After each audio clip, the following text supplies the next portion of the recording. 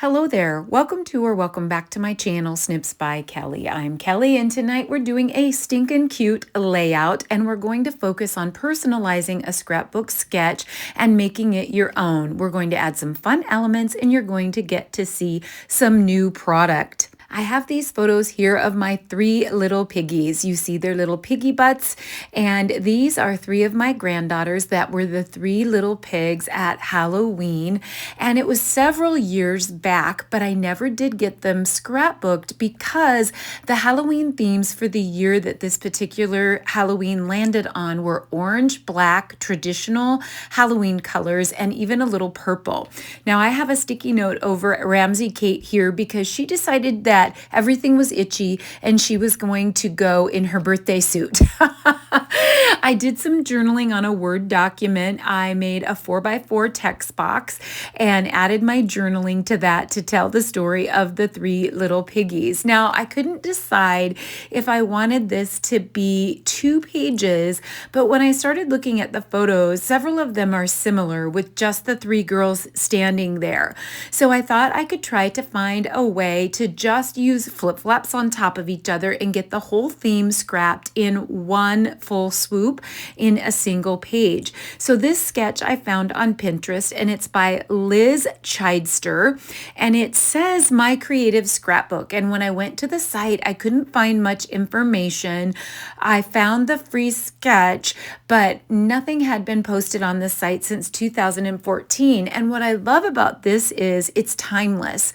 I think it's going to make a great background that could be used for so many things. So speaking of timeless, I pulled out the Timeless Plaid 6x6 papers because I feel like they're going to go really well with the flannel shirts and then the blue perhaps with the bibs. Now here's some brand new fun product. This is a brand new online exclusive called Party Piggy. And this is how I see myself personalizing this layout. So you have the top and the bottom of the piggy, and then you have a circle where you can cut out the tummy and turn it into a shaker element. This one has a little bit of a birthday vibe, so it has birthday flags and a birthday hat and some really cute, corny, dry sentiments, which are right up my alley. Also, we have dropping on May 6th with the brand new online exclusives and the brand new annual catalog, some small circle shaker domes, and they are fun. I am going to have so much fun with these and make little dome shaker elements over all kinds of things this next year, but I think it will make a really cute piggy tummy.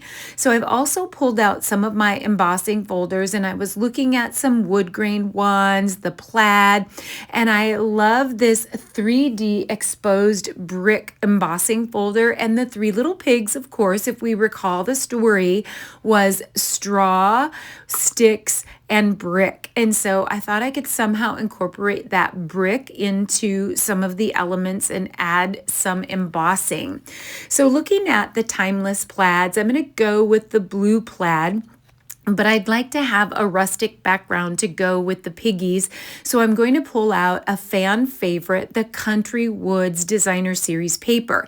Now, those of you who have loved this, it has been used and used by demonstrators and paper crafters everywhere.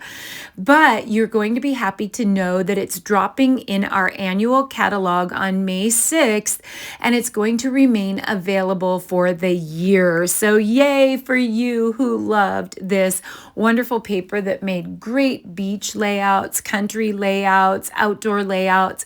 So I'm going to trim a 1/2 inch off one side and a 1/4 inch off of a 1/2 inch off of one side and a 1/4 inch off of the opposite to be able to toggle this against a 12x12 cherry cobbler cardstock piece and have it flush on the right side and a little bit of edge around all 3 sides.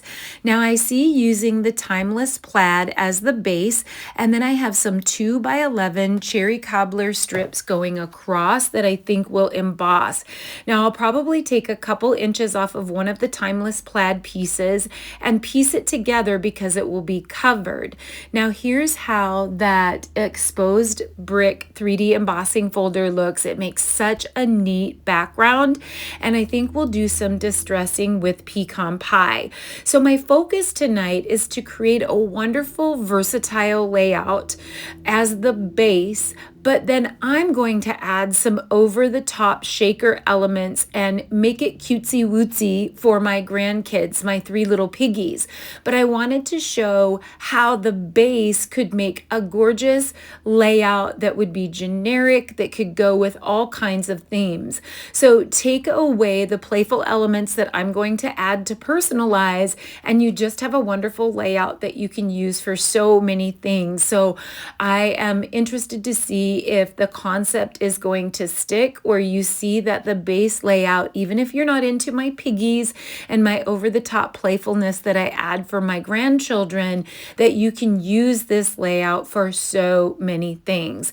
So here I'm just inking and distressing the wood, the exposed brick 3D embossing folder, and then pieces, and then I'm going to distress the photo mat. So the photo mat ended up being 4.5 by 8 3/4, and I'm going to add a white base, so 2 4 1/8 by 4 1/8 photo mat bases for the base of my flip flaps. So I'm going to go ahead and notch the end of all 3 of those 2 by 12 cherry cobbler pieces, and I won't do that on camera. I'll just repeat that 2 more times. So I cut up a 1/2 inch and then in on the sides. So I'm going to mount my base photos.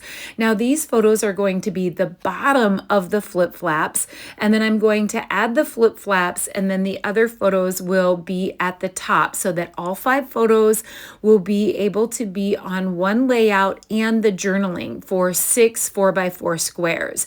So I have 5 4x4 photos and 1 4x4 journaling square that I've typed on, and then I'll leave a little bit of space between these 2 photos to allow for the flip flap to be able to flip up and flip down. So as far as the timeless plaid, I'm going to take a couple inches off of one of those, and it's going to be pieced together, but that's the beauty of using 6x6 papers, is that they work great for layouts like this that are going to have other bits covering strategically in different places. So the cherry cobbler strips are going to go across, and they're going to cover up the seam beautifully. You will never know. Now, even with the longer cherry cobbler strips, you could actually use smaller pieces, because the photo mat is going to cover up the whole center of those strips. So you could get by with 6x6 pieces and cut them into 2x6, and I've done a lot of that in adjusting 6x6 papers and using those on 12x12 layouts. So I'm going to give myself a couple inches over on the right and place these papers a couple inches from the right edge of the wood grain, and then about, I think it's approximately 3/4 of an inch. Let me double check here. Maybe it's a whole inch from the bottom. It's a little less than an inch from the bottom and the top, and place those there, and then I'll strategically place those strips over and make sure that the middle strip covers up the seam of those 2 plaid papers. And even if it didn't, I don't think it would show very much, but it actually does cover it up. And then I'll probably pop up that whole photo mat on top of the plaid, so you can see it's taking shape as a really good generic versatile layout. The layout that we've created now could go for woodsy, outdoors, walks, petting, petting your farm animals like Old MacDonald's Farm. You could I have paper crafters that do bridges. This would be really pretty for that. Anything outdoorsy, woodsy, country, family would be great for the layout that we've created so far. But now I'm stamping the Party Piggies onto some pretty and pink cardstock. I'm stamping some on dark and some on the light side because it's two-tone cardstock. And then I'm going to line up the die that comes right in the Party Piggy dies. And I've made some extra light and extra dark because we're going to use a technique called paper piecing. And we're going to paper piece the cute little piggy. Now I use paper piecing a lot, especially with outfits, like to put a pattern paper dress onto a paper doll or onto a doll stamp or a girl stamp or a guy stamp, making the baseball cap a different color, like rubber boots and umbrellas are always great for paper piecing where you're incorporating patterns. So what you do is you just stamp the images more than once on what you want to paper piece. So what I'm going to paper piece is I'm going to cut off the feet and the hands, the hooves, a little bit of the insides of the ears, the nose, and I'm going to put dark and light on top of dark and light. Now I'm pulling in another new sneak peek. These are called celebratory sips designer series paper. Woo! And so this is a lovely, lovely collection that you can get in a suite. And there's also going to be, I believe, yes, I'm second guessing myself, but a scrapbooking workshop as well. And there are all these great papers that are designed around like summer beverages. So lemonade or going out with for girl time, for drinks. And so it has all these drink pages, but it has this really, really cute dot paper on it. And I thought, how cute would this pink dot paper be for the piggy tummies? So putting these domes over the top of the pink tummies. Now, do what I say and not what I do, because I make a mistake here with these domes. I am used to historically creating a shaker window on top of a circle or on top of a star or on top of a shape. These domes are designed to come up underneath the object. So they're actually very clever. That white ring that you see around the dome has sticky on the back of that dome and on the front. So when you peel the top layer away and you put that dome up underneath, it sticks not only to the base piece, but to the underside of whatever you're sticking it to. And so I punched out the circles prematurely because I actually need to punch out the pig tummy with the die. So I'll fix that here in a minute, but now you can see I'm very quickly and easily, it's not near as fussy as people think, but I'm quickly and easily cutting out some tiny little pieces of the pig in the opposite colors. So I'm going to add some dark pretty in pink patches to the ears, to the feet, to the light pretty in pink pig. I'm going to add some light fussy cut patches to the dark pig, pretty in pink pig. And all that paper piecing does is make a little contrast. In this example, it's very subtle, but when you're paper piecing like paper dolls or rubber boots or umbrellas, it is so, so cute to be able to stamp on a pattern paper, fussy cut pattern paper pieces out and overlay those over the top of cardstock pieces, and it makes for really cute elements. So now that I have the little piggy's paper pieced, I'm going to pop up the nose, the paper pieced nose, and give that a little bit of dimension, and then I'm inking that. And at this point, I haven't cut out the tummies, but I do realize that I need to do that here in just a little bit. So my piggies are going to add a very juvenile element to this. They're going to add a really playful, fun element, and they're going to add a lot of dimension.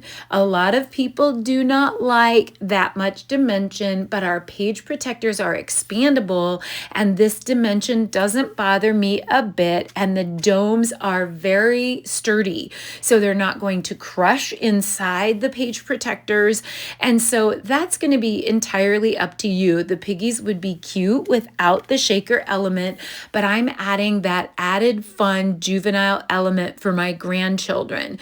But I wanted to show that this layout is adorable without the piggies. It is a versatile layout without the over-the-top elements. In making it juvenile, you can make it your own, and that's what I love about sketches and added elements. You can go very elegant in one way, very juvenile in another way, and because my photos call for the piggies, it works perfectly on this. But you could put floral elements in the place of the piggies, stars. hexagons, florals, leaves, flourishes. You could put so many different things in place of the piggies and make a really easy, versatile layout. So now I've pulled out my stash. I have pulled out all the little bits and sequins that I have for fun shaker elements. I'm going to get up close here because I laid those off to the side so you could decide, what do you think looks the best? So I really, really love my my different elements here that I've chosen, but I do go with more monochromatic, like I go pink on pink. So I have some clear pink gems, but I did have in there some really cute party shaker elements that actually I think maybe were designed to go with the pig, but they're iridescent. They're dropping on May 6th. They're really, really fun. And I can see those on a lot of birthday layouts, but they were a little bit too iridescent and too bright. So I go with these clear pink elements here just to have a little fun shaker element, but not to add another contrasting color that's a little bit too bright or a little off. So what I've done here is I've taken the circle shaker element from the Party Piggy, I've cut out his little belly, and then I'm actually creating the shaker on top of that pattern paper piece. So the by taking off that white layer, it adheres to the base piece of paper, and then by tucking it up under the piggy, it has extra adhesive up under the top. Genius. So, so cute. I can see the Party Piggy in such cute, fun cards and using the little party hat and the little banner flag. And I love the corny sentiments. I am so proud of you. What's shaken, bacon? Of course, that's right up my alley. I love being corny. Now, there's some yellow in Ramsey Kate's construction hat because she's obviously the little piggy that builds her house out of the bricks, and that yellow is going to go perfectly with a couple little cricket hay bales. I'm not going to add much to this. I'm just going to add 3 little pigs because my story is about the 3 little pigs. I'm going to add a title, maybe these hay bales here, and a few little dots or gems. It's going to be super simple in terms of embellishing. So I have made hay bales by hand many times before by just cutting wavy lines around a rectangle and adding twine to that. So you don't have to make cricket hay bales, but I will link in the description the #M description number of which design space file these hay bales were. I'm shopping my stash and digging out some acrylic shapes. I have tons of black acrylic letters and I've been trying to use them up, and I just want to say stinking cute. So you could do this with some alphabet dies, any kind of letters that you have. You can create your own title. If you have any leftover stickers or ephemera, you could add a sticker title, but I'm just going to say stinking cute and have the little piggy without the tummy popping out between those hay bales. Now I am going to take my crumb cake here and I'm going to stamp in pecan pie the little what's shaken bacon, because inside where little Ramsey Kate is naked, she's in her birthday suit because at the end of the day she decided her costume was itchy and she was going to run around naked, which most toddlers do. I thought I could strategically place what's shaken bacon over the top, and so only her little belly button is showing. And so then now I have a G-rated album or scrapbook page, and it would be so cute in there, just kind of covering her up but still looking so cute to tell the story of her streaking around. So now I have the over-the-top playfulness of the 3 little pigs over the top of a versatile layout that could be used for anything, and you could take away the juvenile effects and make that more elegant or make it fit your needs. I love that you can adjust. I added a few black dots from my stash and called it good. Thank you so much for watching. I hope you'll hit like, subscribe, the notification bell, and come back soon for more, and definitely shoot me a comment comment. I love hearing from you. Thanks so much for watching and happy scrapping. Bye-bye.